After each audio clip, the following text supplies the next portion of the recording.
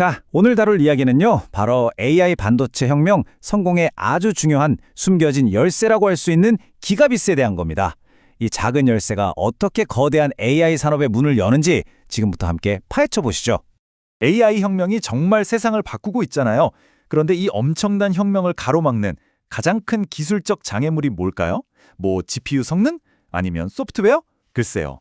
정답은 진짜 의외의 곳에 있습니다. 바로 이거예요.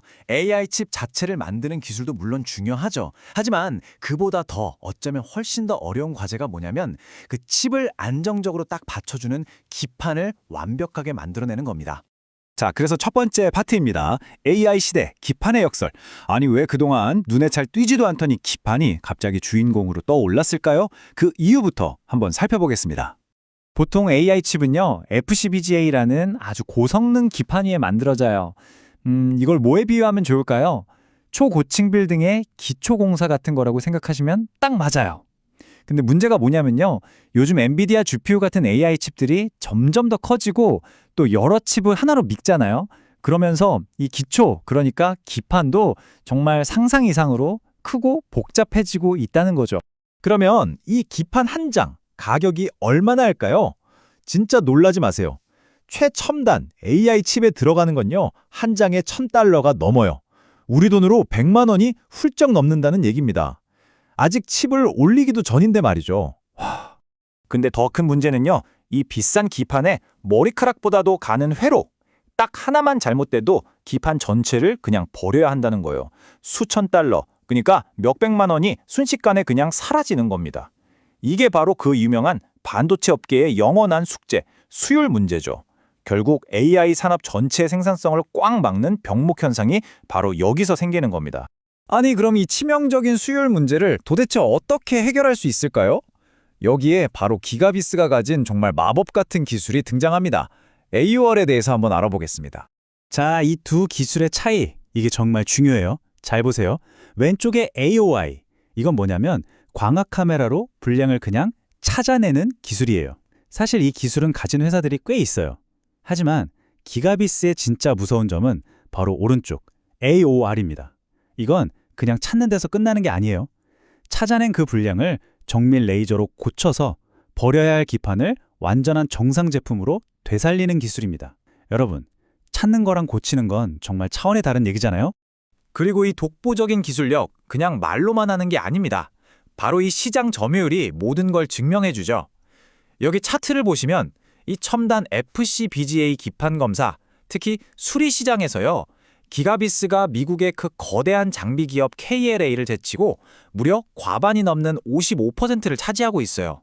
이건 뭐 사실상 시장의 지대자라고 봐야죠.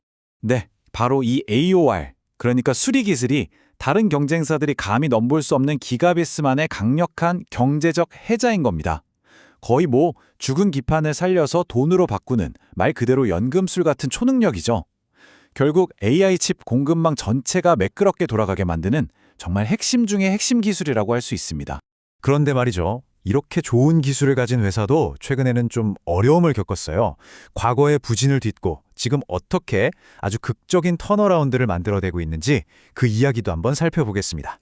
바로 2024년이었죠. 반도체 시장이 전체적으로 얼어붙으면서 고객사들이 설비 투자를 그냥 딱 멈춰버렸습니다. 당연히 기가비스도 직격탄을 맞았고요. 매출이 무려 70% 넘게 급감하면서 정말 힘든 시기를 보냈습니다. 하지만 그 겨울은 길지 않았습니다. 2025년 들어서면서 AI 반도체 수요가 그야말로 폭발했죠. 시장 분위기가 완전히 180도 바뀌어버렸어요.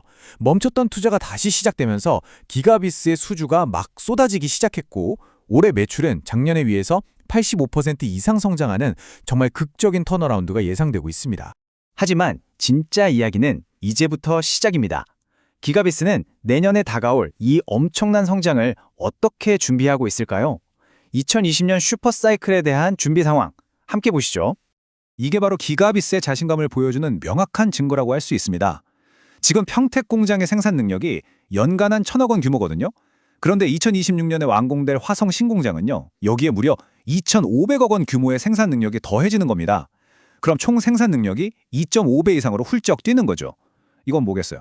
앞으로 쏟아질 주문을 다 받아내겠다는 아주 공격적인 선제 투자라고 봐야죠. 그리고 이 신공장이 가지는 의미는 아주 명확합니다. 2026년에는 매출이 정말 비약적으로 성장해서 1,000억 원을 가뿐히 넘어설 거라는 강력한 신호탄이나 마찬가지입니다. 자, 그럼 이 모든 성장 가능성을 다 고려했을 때 지금 시장은 기가비스를 어떻게 평가하고 있을까요? 마지막으로 가장 중요한 질문을 한번 던져보겠습니다. 과연 저평가일까요? 아니면 엄청난 기회일까요? 숫자를 직접 한번 보시죠.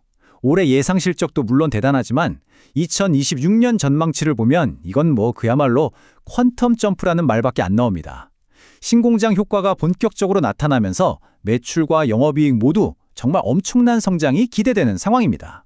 아마 이런 생각하실 수 있어요. 근데 지금 보니까 주가 수익 비율, PER이 너무 높은 거 아니에요? 맞습니다. 그렇게 볼 수 있죠.